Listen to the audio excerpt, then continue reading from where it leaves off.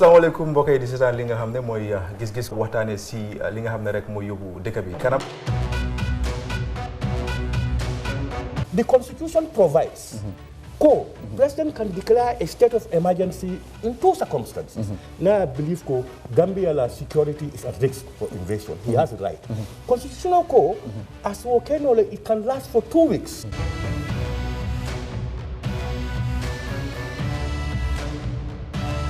yéen ñëpp gis ngeen ne dañu oote ne nañ ànd soppi nguur gi fi nekkoon loolu pexe la parti yi bokkuñu xalaat bokkuñu jubluwaay lii pexe la rek pour génnee ngu réew ci loxo benn nit te jubluwaay bi mooy won ne fexe nag nit ñi moom réew mi ne nañu ànd ci xel ñu tabaxaat réew mi.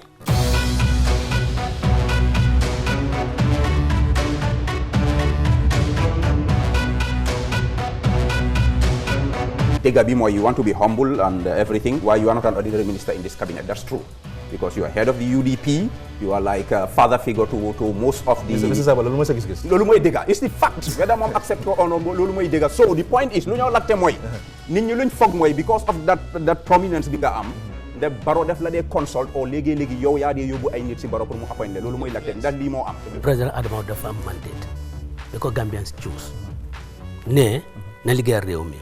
mu tànn ay nit ñu liggéey ak moom man ci ñooñu laa bokka maa ngi liggéey ak moom ngaje ko ande mela ay mul ay tiñarol minke Gambia jang mul ka woleta ka foko APRC fananda do tiñaro tola alle mustade le so ka APRC ta kala image de da kotenge isaje fo Gambenol kotenge si la pati ni la kotenge No, yalon say you are putting me in a funny position. Ka for long akam da ni fa de ko bita jahannam ni kala tay ko kala Assalamualaikum ñu ngi leen di dalal ci gis-gis yi tey bi dañ bëgg a waxtaanee li nga xam ne mooy 3 years jotna because last week ñu ngi amoon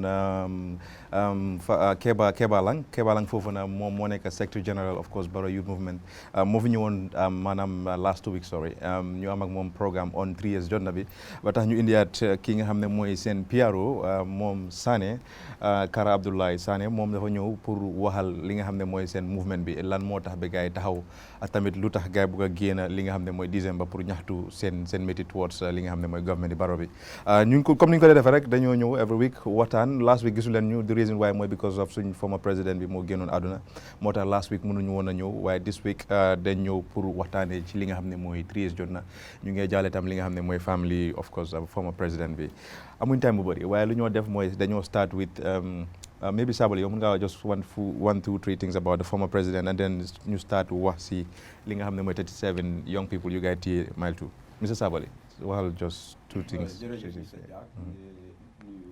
kat yëpp di jaale réew mi yëpp si tiis bi nga xam ne ñun ñëpp a ko bokka di suñ former president His Excellency Sir Dawda Kairaba Jawara ku fi yàlla jëlee Jawara bi moo yore réew mi fekk ñun daw leen ñu ngi wal 94 maa ngi just jeexal high school waaye lu ñu ràññee si moom mooy niti jaama la nit la ki nga xam ne am na lu tubaab bi di ooyee tolérance nit la ki nga xam ne tam fonk na réewam sacrifice na pour dëkkam because ak wax li lu mu bari yëpp Jawara he was a poor man as president retired as a poor man so that means ne dafa jël réew mi def lu mu mun jaam nag munut waaye def na lu mu mun génne nañu from colonialism Gambia am independence am ñu nekk a recognized country in the international community ilif ñu su jaama daal ba fi ko yàlla jeexalee waaye Gambian si tam si lu ma gis bég naa ne Gambia wane nañ ne ñoom tam gor lañ Sir Dawda Dejam bi ñu ñëpp bokk nañ ko jàppale family bi with Lady Chilel of course ki nga xam ne fu mu nekk nii is the pride of the nation jaalewaat rek family bi ak réew mi ak the entire continent suñ papa suñ maam Sir Dawda Kairaba Jawara yal na ko yàlla yërëm te yéexee ñu. Thank you very much Mr. Sabally Kara Abdoulaye Sané ñu ngi laa dalal ci programme bi but dinañ ñëw si yow dafa am just few things suñu bëgg a wax si 37 young people yu ñu téye right now gaa ngi mile to Rafi sa gis-gis si loolu noonu.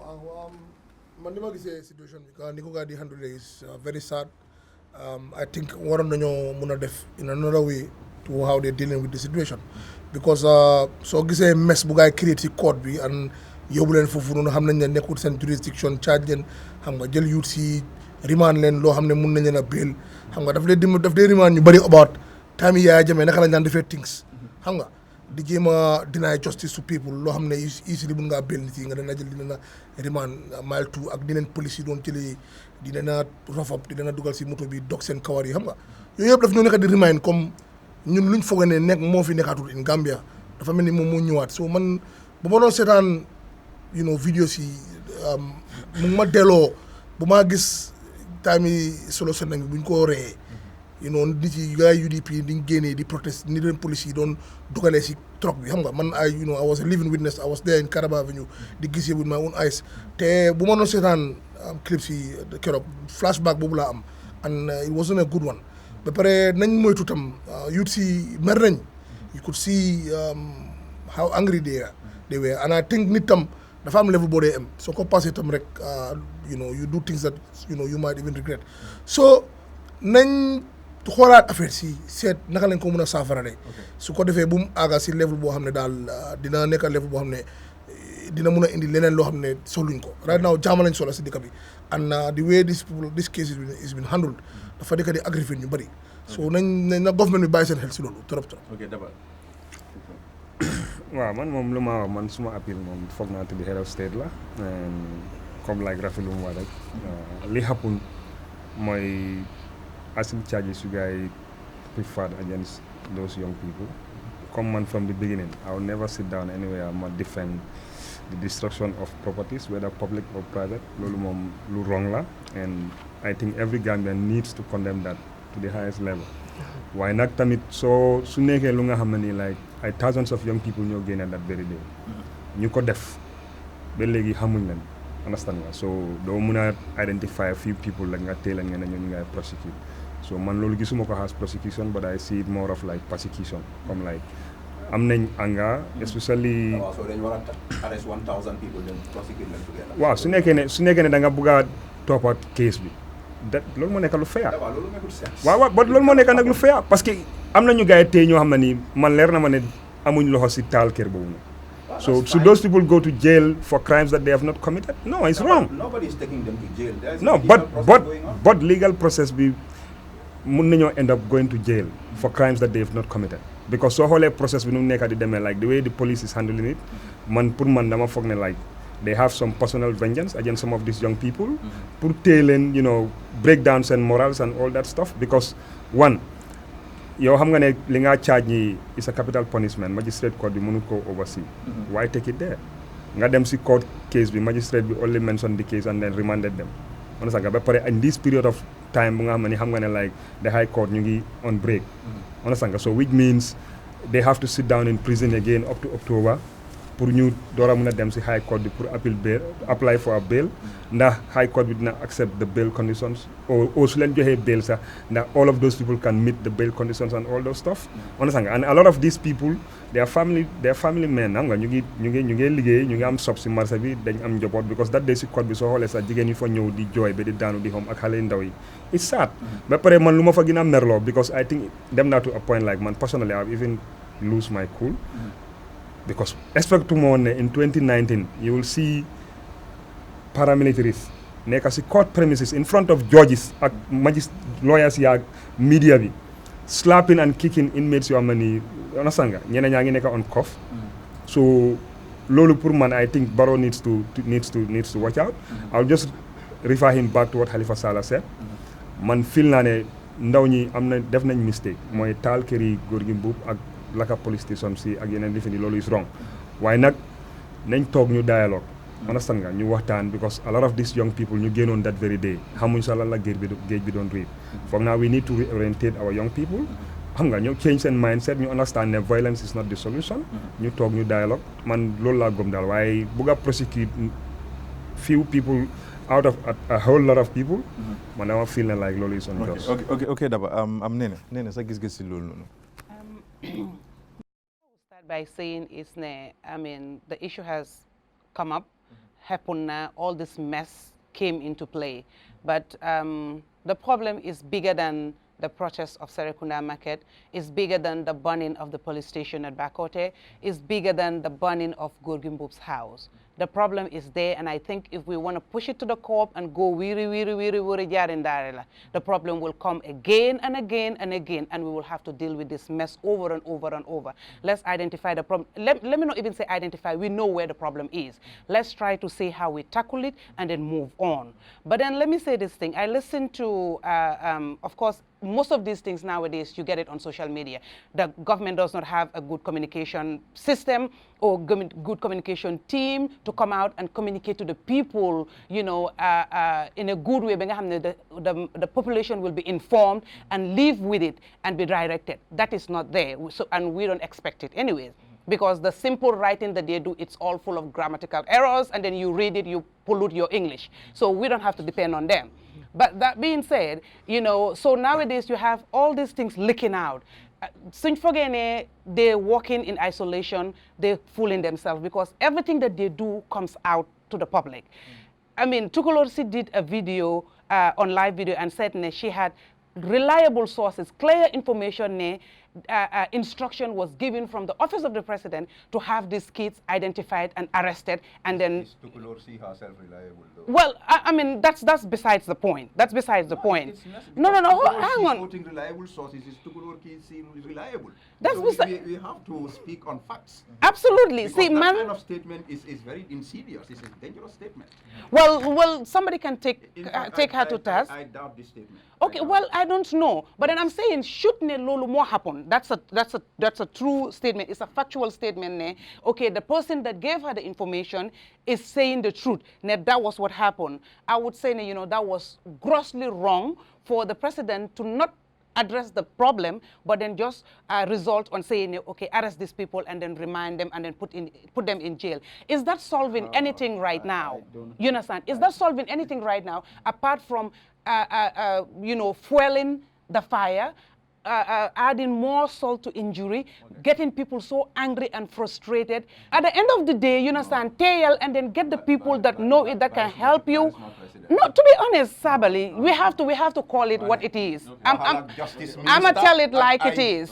I'm gonna tell it like it is. But these people don't work independently. That's the problem. I think they do. They don't. They don't. Okay. They don't work independently. If they were working independently, they know better because ñi international world and they were doing the job right. Why isn't it they come to Gambia and then we just want to do whatever they want? They're not doing the job right. Because you don't know what they were doing in the international community. Okay, thank you very much. Sabali, ñëwal fofu non sa gis-gis ci situation bi. Sa gis-gis ci situation bi. Bëggut ko laaj président am bi, but then we have to. Well, we have to. Okay. On a serious note, Rafi doesn't like to agree with me too, I don't like to agree with him. But lu bari li mu wax ci intervention am bi mooy dëgg bi man li ma gis Gambia fii so-called New Gambia mooy there is a lot of unnecessary drama te óorut sub-region bi ñu nekk is very volatile.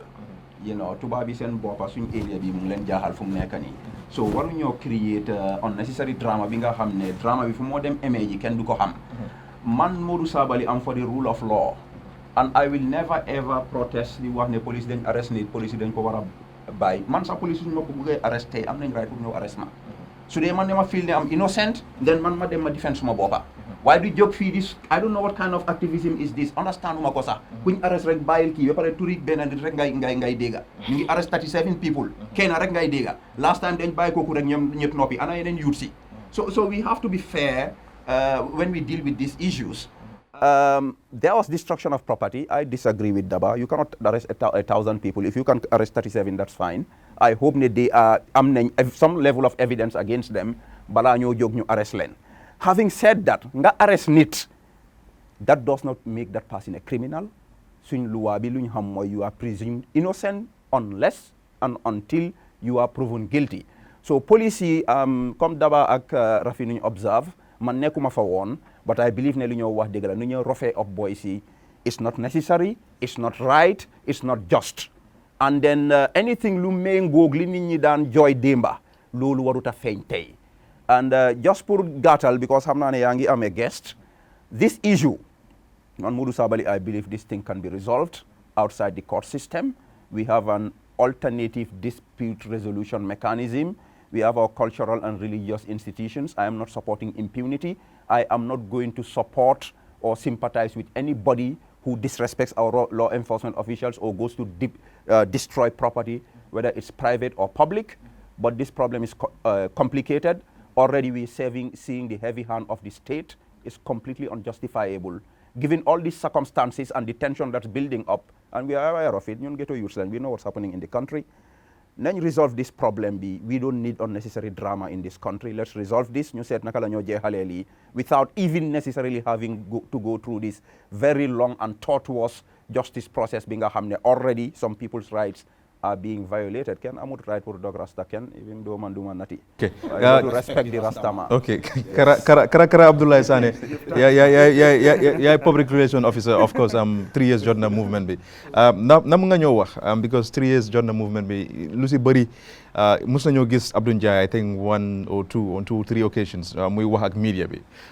Gis nañ tamit seen ndaw yi demoon Sénégambia dañ bëggoon permit gars yi promise pour jox leen permit bi 72 hours waaye gars ñu ne mënuñoo xaar loolu ñu génna dem maanaam ñaxtu ndax yow mën nga ñëw seen taxawaay movement bi and then am na beneen question bu ma la amal next.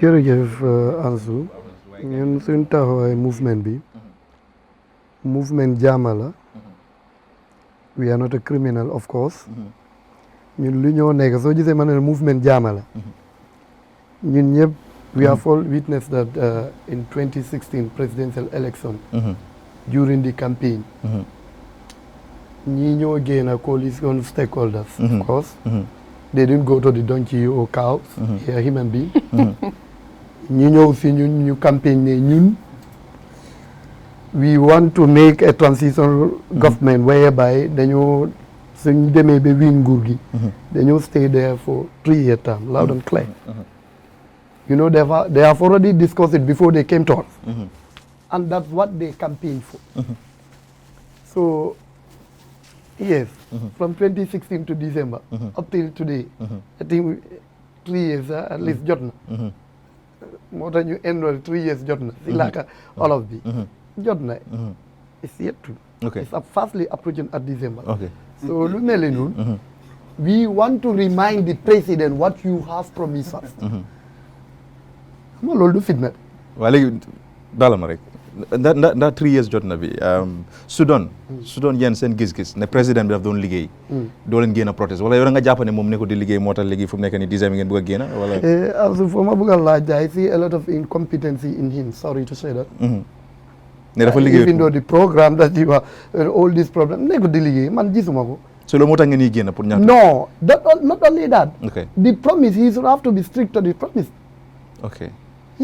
ok léegi leneen lu ma bëgg a laajte mooy ndax yéen dafa am benn parti boo xam ne da ngeen si bokk seen members yi of course maybe ngeen si different parties wala ne dafa am benn parti boo xam ne because ñu bëri ngeen wax ne dafa am political party UDP ne dafa hijack li nga xam ne mooy seen 3 years jotna movement bi ne most of you guys part of UDP ngeen nekk non ma ñoom ñu bëri ñu ngi wax seen own wax rek comme dañ just talk rek am speculation or they think freely and wax li leen nee rek du noonu ñun there is no partisan in 3 years jotna I personally as concerned citizen I'm doing on my own work I see to read that these people this is what they promise us 3 years su jotee dañoo hand over réew mi all the political party will go back to their various political party and the Gambian people choose their own right choice ba ma ñëw quickly si yow Rafi quickly ndax yow sa gis-gis foog nga ne 3 years jotna movement bi ndax ñoom luñ bugg a def mooy ñaxtu bu gaay bugg a def December ndax it's okay pour gaay go ahead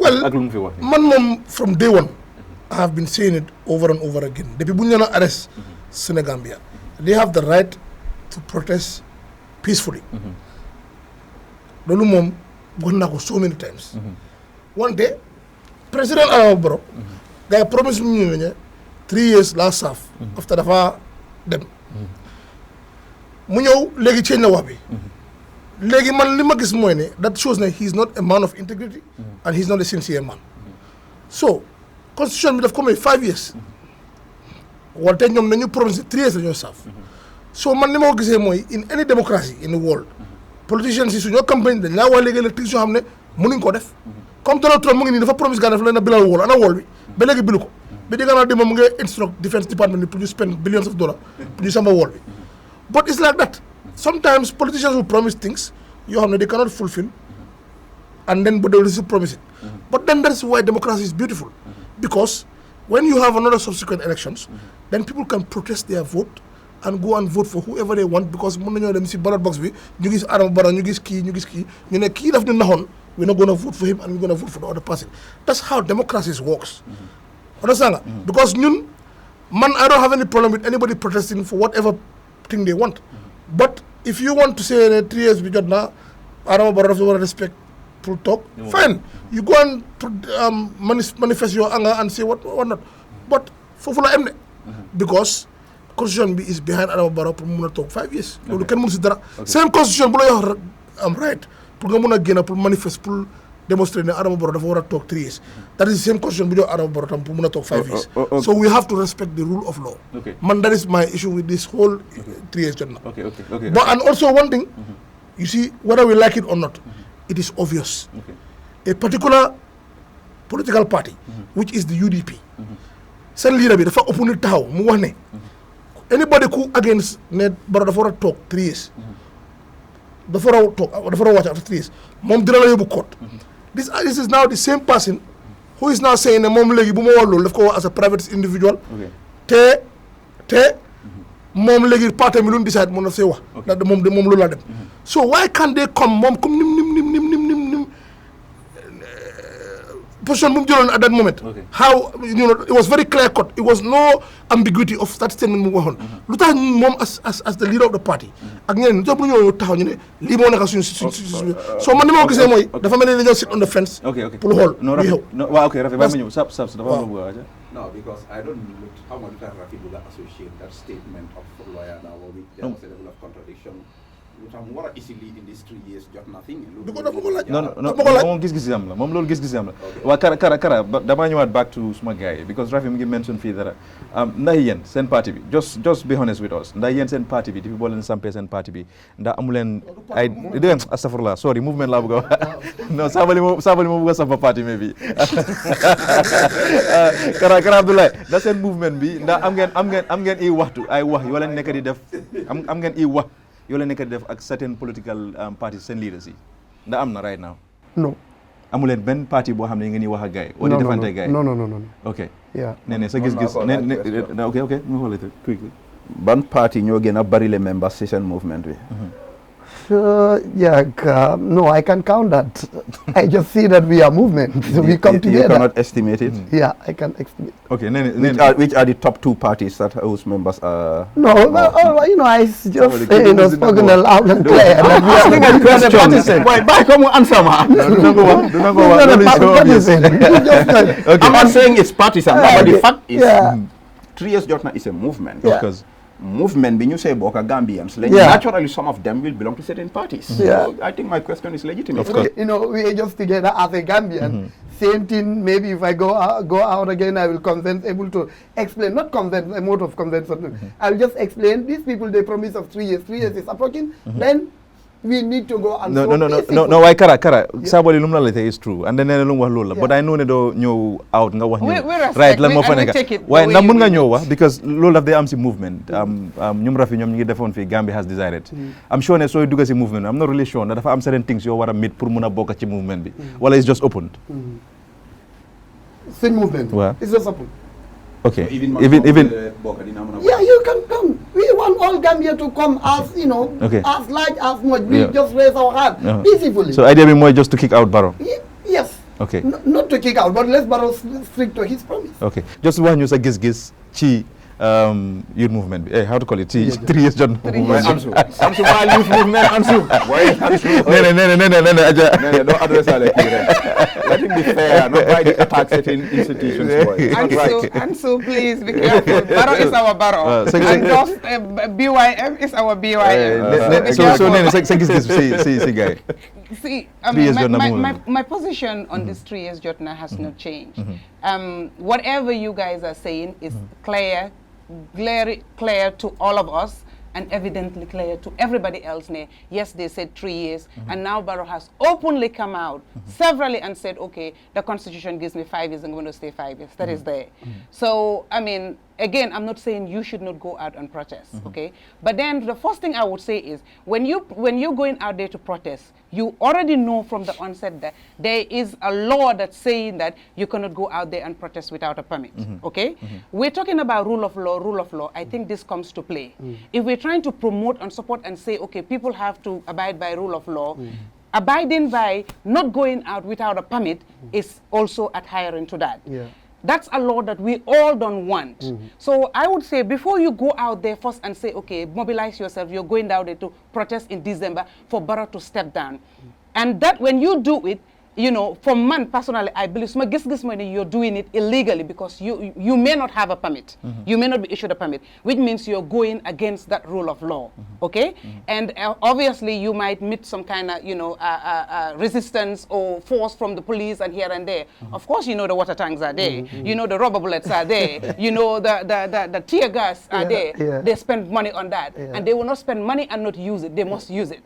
And if they're going to use it, they're going to use it on a group of people who are coming out forcefully to say that they're showing their anger on something. We're all angry. You know, so like I said, I hate liars. I don't like people lying to me. And personally, I feel that is what Barrow has done. Openly. And there is something called a white lie. But this one is a big blue one. But don't say Barrow. It's not Barrow. It's the whole coalition. No, but now, all the political parties that were part of it, okay, you must assume responsibility of whatever happened. In what way? In what way? Because the buck stops at Barrow's desk right now. Let me give you an example. In what way?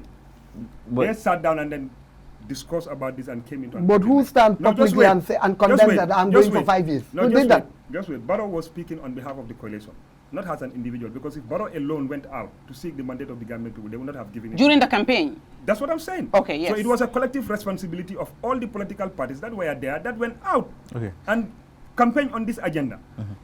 Because Barrow said he was not going to stick to what they said, let's diagnose what triggered Barrow's change of heart. You understand? So these are all. Let me just land, Ansu. Just allow me to land. So what I will say is, you understand? So basically, just put that in mind, okay? And one which means yen coming out to say, okay, Barrow Raflen promise, understand, fulfill, you're gonna come down, knowing very well that there is a law that you guys are going against. You know, Purman is kind of contradictory. You know, mobilize yourself, hold the National Assembly members, the lawmakers or whatever, hold them to account and tell them that this is a law that we want you guys to change. That will give us the free right, you understand, to go out there and then manifest our anger and protest and do those things. Then people will be able to support you. And again, one thing, be careful, because you have a lot of, you know, I don't know the magnitude of the membership of the 3 years jotna. But then for man, I don't see anything clear that you put on the table that level-headed people can look at and say, okay, these people are worth supporting. I don't like what Barrow is doing. You understand? A lot of things he's not doing. Barrow is, apart from his stomach, I don't see anything that Barrow is doing that is benefiting the Gambian people. You understand?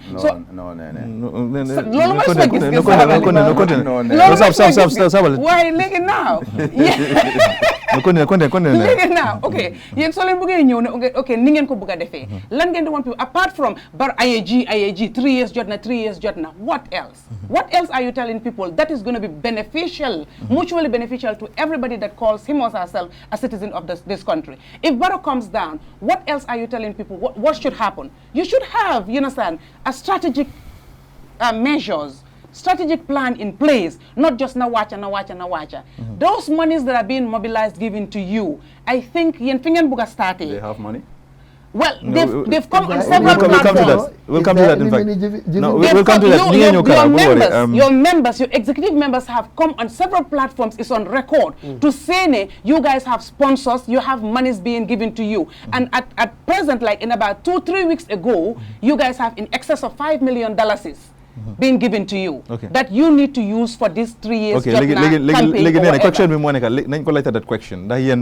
Lu nene kadi wax ni ndax am ngeen loolu 5 million bobu non di gaari ba. Well, we have an account and there are people who are sponsoring. They always made a pledge. Who are they?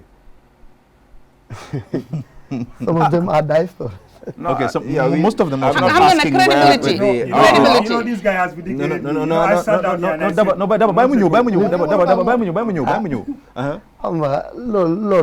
we ourselves also we contributed because I think most of them among us we are responsible. Who are the major donors? The middle learners, I think some of them, they are at diasporas there. Okay. No, I'm not asking where they are. Yeah, I want to know. you know, this takes they are Gambians, because I don't want to go. Why are you helping No, I don't want to go deep about that. See, but, you know, certain things, I don't want to go deep about that. You know, this is Giss Giss. It's Yeah.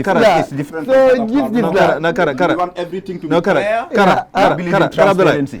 balal ñu rek nga wax ñu ndax mën nga ñoo confirm is that okay pour nga confirmal ñu na 5 million bu nekk di wax out na boobu is true 5 million boobu mu ngi si account In excess of $5 million. ndax loolu amut 5 million be. Already there. Probably it may be there. Okay. Now the other thing lu ñu bëgg a laajte balaa Sabally di ñëw nenem noo wax leen loo xam ne is very important léegi gisoon nañ seen gars yi ñu génn outside without permit gars yi génn outside ndax yéen fu mu nekk nii right now you ngi nii wax ak government bi Even though right now we apply a permit, Kiaman is at police headquarters because Sirif Jana, one of my friends, then they went there together with Aramata Jabi. Is mom nekkoon na si ñi arrêté fii nii si Sénégal bi of course xale bu jigéen gis naa ko read naa so ñu call kooku mu ne foog mu àndaa Sirif ñu dem foofu noonu police were distracting them, telling them all sort of the demal Interpol ñoo waroon a waaye the secretary wrote this letter. We need to hold a meeting at Brikama Youth Center. So I edited. Then I told Aramata that I'm a very busy guy, but I can give you this letter for you to go and submit. Anything. Then they promised her for her to go back there on Wednesday, which is yesterday. Yeah. Then they went there with sheriff, then police has explained all sort of things, In fact, to me, to my own opinion, perspective means, ñi dañ buga reject ñi ci permit bi. Buñ leen di jox permit bi. Wow. And then yéen still they can go ahead. Without permit. Without permit, definitely, maybe we are negotiating, I don't know. No. Okay, No. Sabally, Yeah, But we're just giving you the worst case scenario. You Giss. negotiate until the last minute. They say, you know what, sorry, we cannot issue a permit. Then what? I guess that is what Ansu's question was. Then we too, we driving. are going to take the necessary steps. Okay, And what is the necessary step in your own? Can you be clear? This is Giss Giss. Yeah. We don't beat around the bush. We want to hit the nail on the head. But, at first, they are not denying us a permit. So why should I discuss something which is not happening? No, but Okay, it's that's good. fine. Whatever you do, that's you fine. have a plan B. No, we Bulwari, have it's a okay. plan B, but as long as No, we Kara, are it's okay, very- Bulwari, it's okay. Sabally, say Giss Giss 3 years jotna be December, be quickly. Sabally. Well, I think it's a serious problem. And whoever is underrating 3 years jotna, I think you are making a big mistake. So I think the sooner we admit that this is a serious issue and take steps to deal with it, the better. Dina agree ak Dabah ne the confusion over 3-5 years, we cannot blame Barrow alone. It's the coalition team. Barrow defa am ñu ko gomlo ne 5 years la wara talk, whilst knowing ne the promise, like he said, the ticket that they sold to the people was on a promise of 3 years. You dem gomlo ko ne warna fe muna talk 5 years. So problem B is we cannot blame Barrow again. The coalition team, because ñom ñoo back Barrow, you then present Barrow to the whole country. It's very unfortunate. I met a young guy. Kuma wax ne du votal at Halifa Sallah. I was shocked. Manako luta. When you convinced for you votal Barrow, now we are dealing with Barrow, we don't know what to do. I was shocked. Really, because I'm not a young Halifa and base with Barry would want you len gom den de gom. So this problem is more complex. And Gambia, we like this simplistic approach to things. Mota am na ñoo xamne dañoo jog rek ñi amuñu right pour wax 3 years ñi am nañ right pour wax about 3 years because then ñoo convince lañ suñ leen kuñ leen jox suñ ko votalé after 3 years la moo wàcca c'est loolu diggé la te ñu ne diggé bor la si olof so man moo tax man personally man duma dee blame ñii de man li ma wax mooy nañ waxtaan ak ñii ay dañu change seen style or ñu drop seen bit bi waaye di ñëw di leen trash talk waaye du leen wax ne they are not patriotic dañ bëgg create fitna I think that boobu dafa yomba so man suma analysis mooy li gënoon mooy Adama Barrow wàcca at 3 years but man as a rational being as a pragmatic human being ku dëkka fii dunda dëkka bi am suñ problème yi man xam naa ne it's not rational pour Barrow wàcca after 3 years it's not pragmatic and du gënal réew mi man loolu laa gom and because of that and backed by the legal provision bi nga xam ne moo ko teg si place bi the same legal document comme raxi ko lu mu ko waxee bu jox ñi right pour protest boobu 5 years la may Adama Barrow and the fact that 5 years bu ñoo wax after a few months ñu duka January rek dañoo wax ne next year la election ndax jar na pour ñu taal dëkk bi pour man no based on that man I think we should allow Barrow to stay to 5 years ñu prepare them election guy 3 years yi man I respect your right to call for 3 years and I'll defend your right to speak about that but yëf yi yaa halwa bokkuma si and duma encourage en mu yaa halwa Public Order Act. I don't care what anybody says. It's a legitimate law of this country. We have to respect it. So permit warulo gena. If I would advise them, like he said, we cannot preempt them. Yom definitely an application. Police they are playing their usual tactic. We have the deputy time jawara. Lufi wechi bari wurt suma waji. Okay. Okay. No parenguma. How many 3 years nga boka how many So police ange dili dali. How many you have? Why man lima wax moy sude police deny len permit. Please bulen gainer. That doesn't mean you have to disband your movement. You could channel your energies in a better way, like calling for. Go to the High Court. No, daba baima. If you call the new baromo, I can call the High Court guy. Koto bulwari sa bulbin egafo. Baima wa moy. Allah energy ko manika ko moy. But sembo mem balla energy mem bal bulla la na fulo la na la movement al satano le pour ka kudol ke me yalon ka se banko nafa. Ka make sure the election o men kana 2021 ay tani silola sunyaro kana ke aliyemul hakilo bulandi alla kole ya kuolla alla nisula kuo me ya lonko alko la hidole tita man timmandi alwo campaign kali mo remind wala bar pour ka loi tinya ndati je loi men albe semberi menna pour ka finti kala kole ya kuol fo woluwa kilingole arama baroso sanjilul la praisi ntela je roto aman jaringa banko mala because Ansu Jack man futa je follow bar kunum kalimo dol fintira social media alla plano enki jo faral de ga banko be sisi ndi smoking the nation na tarabo ta ni la amanke miral kende so be men na dal pour ka ko mo suti yandi because Ansu Jack faral no e bota abu ko le bari bo ka man ka kama ko male o ketan o nyaade nga moyle sen batu nga fo do man ama sen ya baga wala tina batu nga sen yandi do man men danko de lata menna de la jero de la gisgiso if I use your kind of mandinka phraseology wolem ko nga baro bula e sanji lulo timandi ñunu men ko sanji saba me kaja fide ila nyanto lem pour ye wuli ñun ko mo fo katu carte fayo kabri nga be kela baro na la molu e ko moli ko be sanji saba le sila ba nte la korosi roto wote sono yala no sain anim baro jita sain nte la mira roto be dunna problème o kono men kono wole be jaw yala mol kamen kumbo sain so nte be men nan ko nim polisol man pamito dila e kana finti kuma kam mesongol membe finti kan ka foko gera wole be kela kamoto singol jani e kana ke ila kodo anila energy and everything isa dundi kudo to me yalon kase banko nafa bar kairo din tank ngo membe banko kan Ansu Jack e de la frapati la mol beti jang ni man tra village be 3 jigs nim fitino kera wata so yalla ya advance was place so beji ali kara dañu dem break and then su ñëwé one few things ñu la laté about sabali yu don mention you non then ñu waxtaan nañ dem break bi su ñëwé ñu continuer waxtaan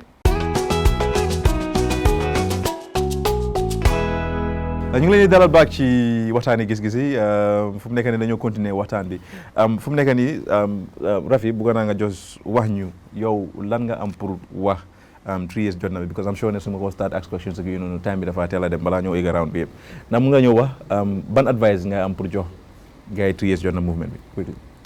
Well man suma advice is very short and man lu ma doon wax from day one rek mooy lu ma waxaat they have the right to demonstrate but let them just be mindful of the issue pour ñu def ko to be a partisan issue because once the issue is partisan rek dañ xam ne dina indi division because now am ñoo xam ne they will not associate themselves with them because of some study dañ ñu ngi believe ne a certain party they hijack seen agenda that is one. Two also I think they have to come out if you want to convince people to really join their movement then you want to come out very clearly to explain to people lan moo nekk seen stance ak lan lañ bëgg a def ak lan moo nekk here thereafter okay fine 3 years Barrow has to step down then what because man I'm not hearing that all I keep hearing is ne Barrow dafa war a step down but according to the constitution so Barrow stepped down I think I'm not a learned person but dafa ne vice president ba war a take over vice president is from also the coalition bu gaa doon def seen agreement boobu vice president was there so if the vice president now takes over from Barrow, it's the same continuation of what they are against. Man, that's how I see it. So let them tell us now what is the plan B, what is the concrete plan B, Moy Barrow step down. But if not, I think it will be very hard for them to sell their idea to anyone because nobody will want to join something if you want to have a proper movement, some movement that have a clear vision and aim and objectives you want to achieve. You send aim and objective, I think is not clear. Okay, so Kara, I think mom ask na la question bi mooy na mun nga ñëw wax lan mooy next step bi. Xam nga guys yu ne Barrow su wàccee. Xam nga all what we are doing, this is not something new. Comme ñun liñ xam nga dégg la ñun ñëpp xam nañ ne constitution according to the constitution 5 years mandate la day jox si président du noonu. Why this 3-year term, in fact, I don't want to mention any political leader, but ñoom wax nañ ko ñoom ba pare seen idea bi man dama ko support definitely because ñooñu ñu ne self perpetuatory rules la ñoo bugg a condemn moo tax ñu def ko noonu so da ngaa gis ne waa ji su mos affaire bi ba you see the problem waa ji mos ñam from Senegal, I had it all over. When 3 years I'm a business, I'm going back. You see the coalition, what they are trying to, then buga prum so neke palace, bour, in local language, Mandinko ko Mansa, bour. I think there is a difference between presidency and the kingship. Gambia is not a monarchy. Still, huh? So, I just say, why technique, I'm going for 5 years, TRRC. But I heard others are saying that 15-year-olds. When he stepped down, all the political party will go back, and everyone will go back to your various political party. We conduct fresh election. When? When? Yeah, we can do that. When? Same 3-year term, because they know, these people come with their concrete facts. Can I just say something? Ansu, can I just say something? Yeah. I think, Kara, Sane, you guys, there's a knowledge gap here, within your organization and what you want to do. Because, again, remember, coalition, yes, you talk about these 3 years and all that. Yeah. Not disputed, I am 100% with you on that. But then, the coalition cannot be bigger than the Constitution. The Constitution says the term is 5 years. If the president, for some reason, is not there, at any point in time within that 5 years, the vice president automatically gets up. Takes over. So the coalition cannot say, okay, the vice president will not take over. We will have to come back as a coalition to try to mobilize and come up with a fresh election. It doesn't work that way. I think that you guys need to get that. It doesn't work that way. We have to get it right. Yeah. In as much as you're getting frustration, in as much as you're advocating for something, but let's not forget about our guiding principle. Let's not forget about the rule of law. The guiding principle is the Constitution, and that is what the Constitution said. You understand? So Lolo Mununko put aside. To us, we don't put that aside. We are law-abiding people. Listen, we don't put that aside. Saying that maybe when Barrow is stepped down, the vice president will take. I don't even, I don't want to just push on that one. But I believe sure that probably Speaker of the Parliament can take over for me. Why? But why when the vice president is there? Hello. I have a question. After vice president, I don't want. I had a video. Aruna, listen.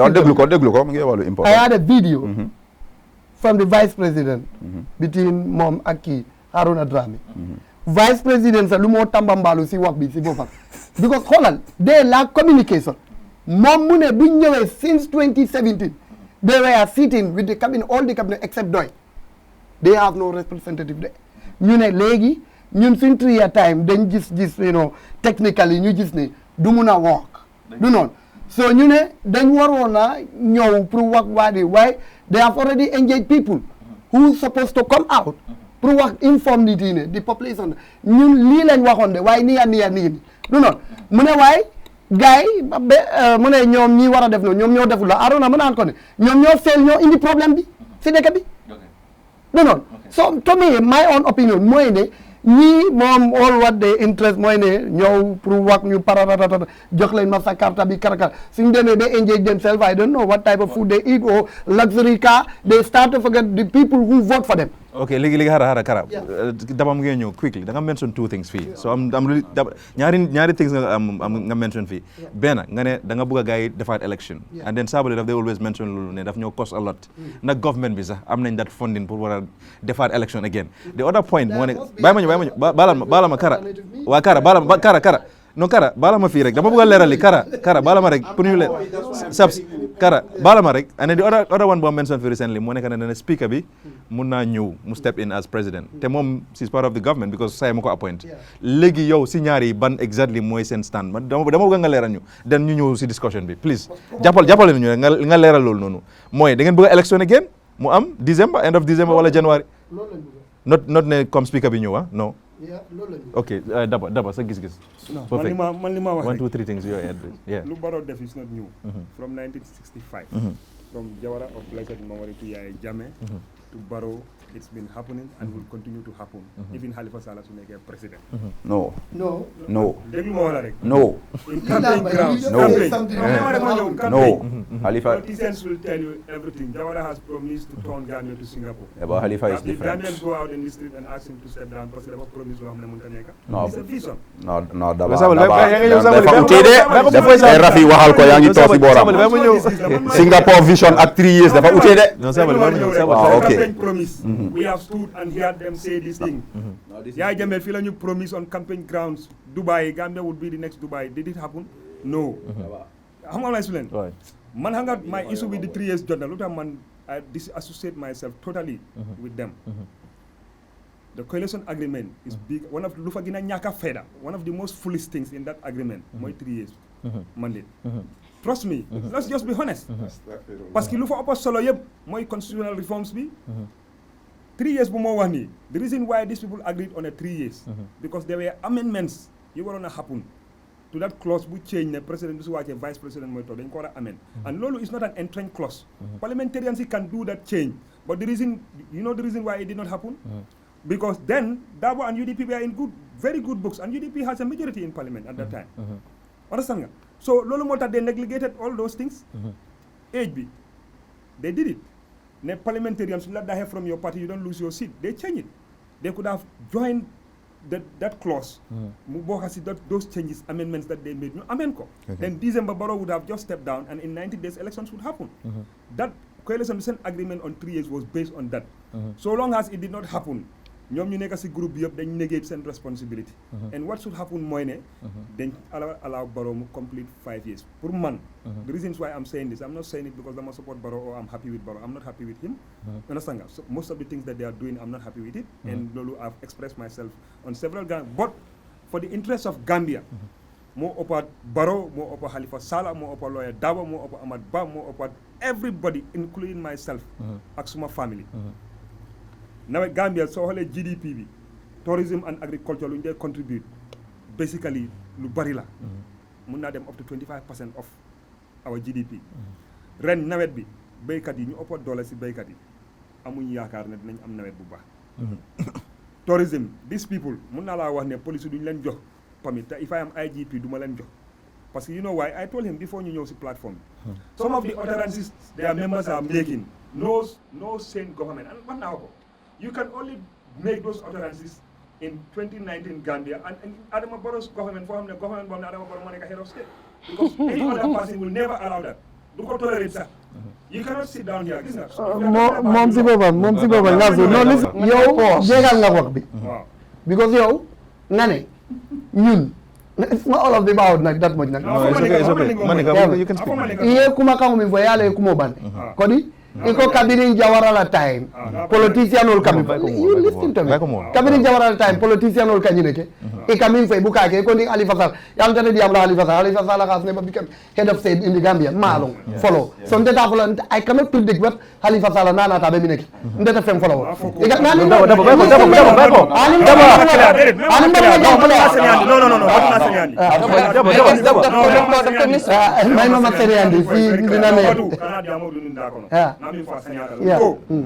politician wala Halifa Sallah mo wala intelem fon ni tara campaign la na mi be promise na kino wonyande kala possible so kana fo no ni Halifa Sallah je no no time fo nyande kala ba no so time what is yang am guess haral daba su waxe ba pare nga wax since Jawara time mu ne politicien lii leen def so léegi ñun 3 years jot na loolu nekk na suñ benn agenda boo xamante ne not just only Barrow waaye dañ bugg a def lii boo xamante ne suñ next generation ñoom tam suñ ñëwee dañoo xam ne leaders yi yoo ak ku nekk they should have to try and restrict ñu li wax si waa dëkk yi du noonu nga dem campaign kilifa and for everybody telling them something which you know that no mun nga la Mandinka sax you can even speak Mandinka ya fo la kono ite fo ya kono ibe ñu fo kanje yalon ko ite man ta barana won fon tolu mu falul perfect no ba ñëw boy daba no daba please li ne ko pour yow kese ki dama conclude daba please di nga ñëw daba mais dama conclude boy non Ansu boy ne ma conclude daba please boy no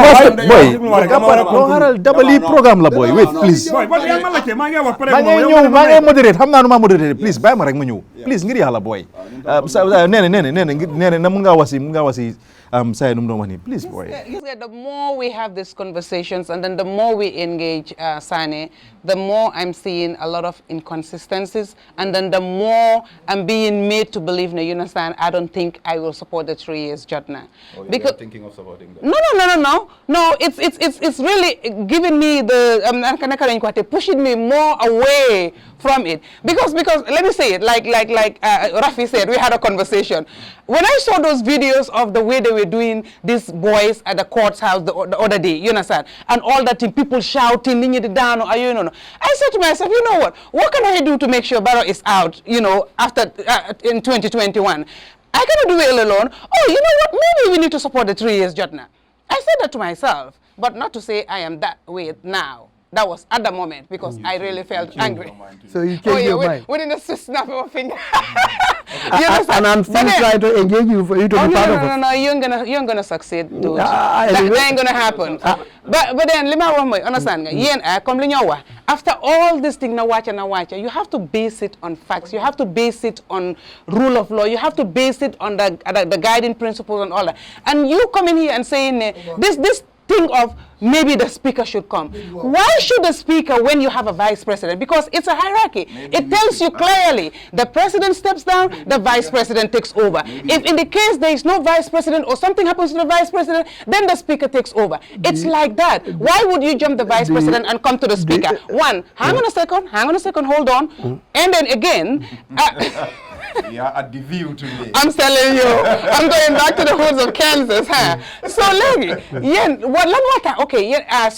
let's say, put in besides the speaker, Baramuasha, okay? And then there is no way we can do another elections within these 2 years. We have to be practical, we have to be realistic, and we have to be honest. You understand? It's not possible. So, that's being said, the most likely thing is Vice President Bimujil over. What is the difference between the Vice President and Barrow? What's the difference? Because what Linyo Joy Barrow, it's still the same or more or worse with the Vice President. If the Vice President cannot come out and tell Barrow, okay, we campaign on 3 years, I think we should stick to our campaign promise. So Vice President, they are different. So why do we have to campaign for Barrow to come down and then the Vice President comes up?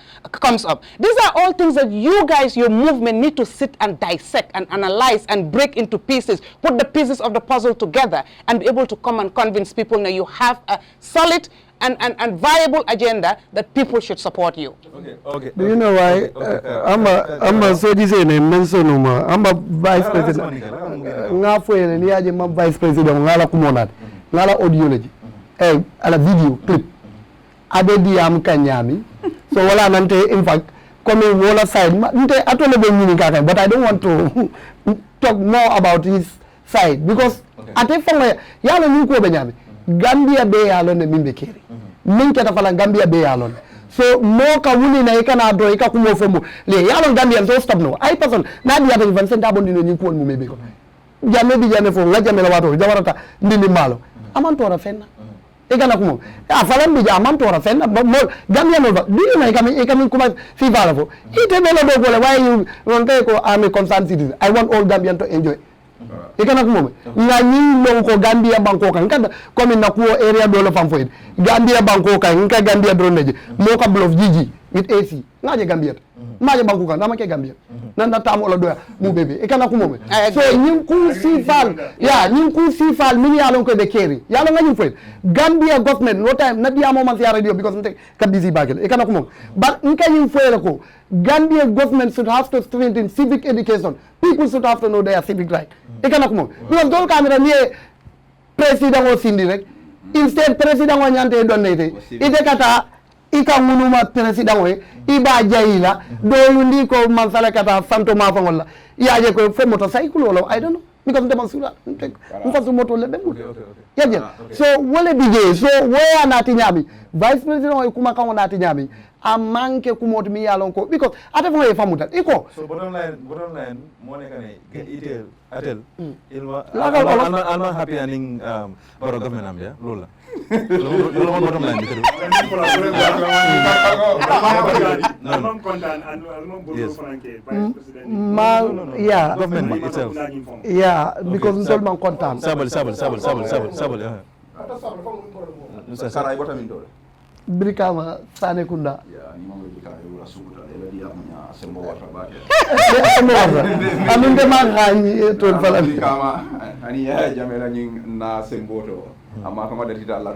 Yes. So alsal hakilo. Wofa man kundu me kundu fam because recently Dembo Santa Boja. Na ongro. Atele tata ngaje baroto aninde jat. Okay, mbatu ngana relationship. Dembo Santa komi ay aya nyaton kaya Dembo Santa. Afa kaka iboja ani muso mi ente fabudu ala lim fam sane baklim fakli kada ala lim barabat boja it's my stepdad not father first cousin of Dembo Santa Boja ikana kumo kaja na baye hapo Dembo Santa compete on ate ala gero kente kana gero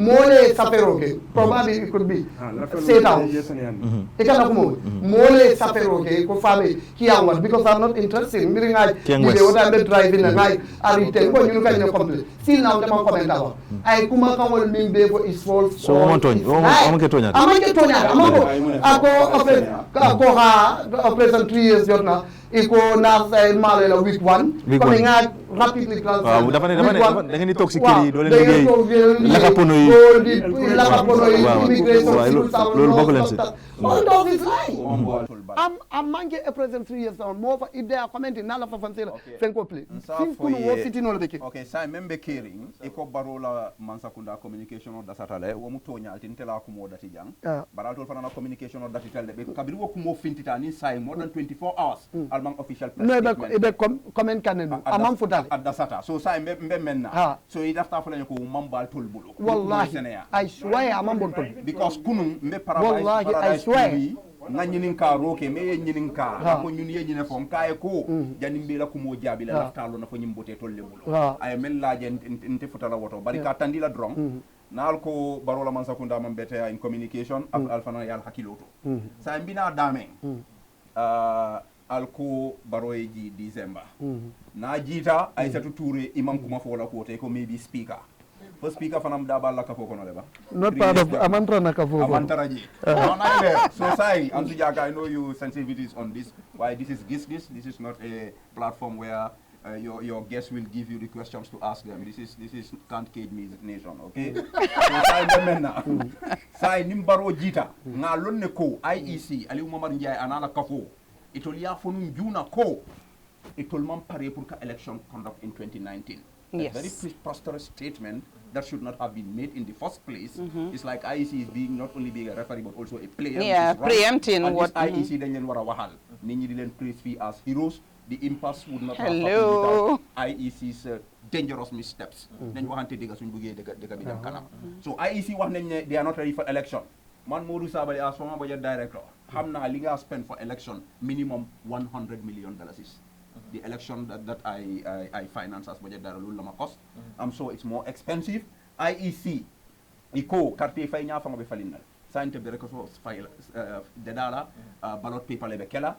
Wo janni wo fongo be kala nyanta mul karandi la pour kiyankol mi yalon ko la karang man jamfa ko bari mon kol ndol karantale nse wol karandi no these are real issues the way we are going to even vote in the next election people don't know yet nim baro jita and you don't trust Aissatou Touré what do you want chaos you want a vacuum in our country no so what's going to happen so we need to be prepared kara legi because time bi fu nek ni dem na short very short less than 1 minute xam nga yeen wara understand diga it's not da nga tok diko ru di wax probably kii mooy nekk président or probably kali ñun nañ am suñu rules and regulations yu guide dëkka peut especially lu mel ni présidence dafa am yoon yi dëkka yu ko war yéen seen plan bi booy wax ñu ne la yow kan mooy nekk président nga ne probably vice président non di ko du demee noonu da ngaa ne su président step down lii mooy xaw lii mooy xaw lii mooy xaw su ko defee ñëpp mën a understand lan la waaye doo toog rek di gëstu. man nekk ma di gës de man maa ngi wax sama personnel bi comme li ñuy di wax dégg nga. No, it's not your personal. You are supposed to be speaking what is the position of 3 years jotna. That's what we expect. And whatever you told in media that much. You know why? Say here. I'm a PRO. You must be good in media. Yeah. But Sani, let's get things into perspective. Yeah. Whatever you say here, we're going to take it and our viewers are going to take it like you are representing 3 years jotna, not your personal take here. Maybe what we say is going to be our personal take, our Giss Giss individually. But whatever you say here represents 3 years jotna. So basically, I guess I would say be careful what utterances you make here, because we're going to take it as if it's the position of the 3 years jotna. So you saying here, okay, you guys don't want Barrow, you want another election, or you don't want to talk about the vice president because the vice president has made utterances that made you guys believe she's not fit to take over the presidency after Barrow leave. So you guys are looking at the speaker, you understand? That only, brings questions, raises more questions than answers as to who these 3 years jotna are and what they stand for. No, Kara, legi fu nekk ni time bi jeex na. Fu nekk ni time bi jeex na. Legi dama bëgg nga just wax ñu fu nekk ni la mooy seen plan si December. Seen demonstration bi how long la moo jël? Ndax da ngeen 1 week la moo nekk or 2 days 1 day. Ak naka lañ koo defee. Ak naka ngeen ko bëgg a defee ak yooyu noonu ndax di ngeen because ndax bàyyi nga xel leen ne bandi yi mën nañ cee bokk ndax yan mesures ngeen di jël tamit towards that. loolu that's why the reason why ñu ngi apply permit pour bandi yi suñ buggee ñëw. What is the role of the security? Yéen doo leen okay, perfect. What is the role of the security? Okay, da ngeen bëgg a gars yi ñu ngeen ànd ak security. That's very good. So seen plans yi how many days ngeen bëgg a génn and then.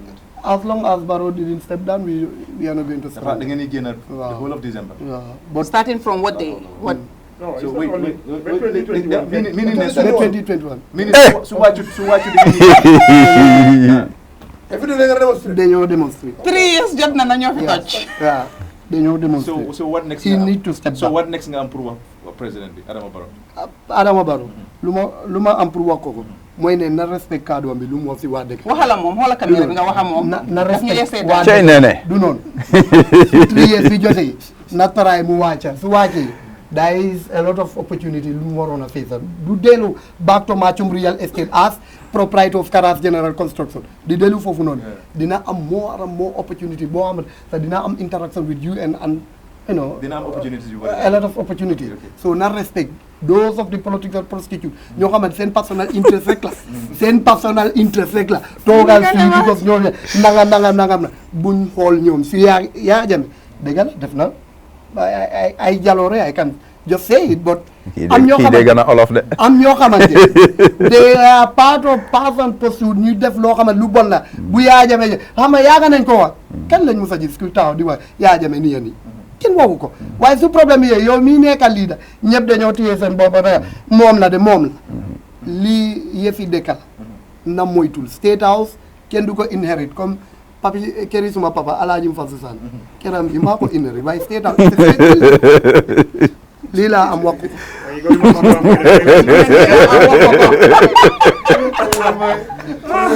just next week inshallah Giss Giss ak tamit ki nga xam ne mooy Moustapha Ndiaye moom la ñu am next week as guest ñu ngi leen di jaajëfal next week inshallah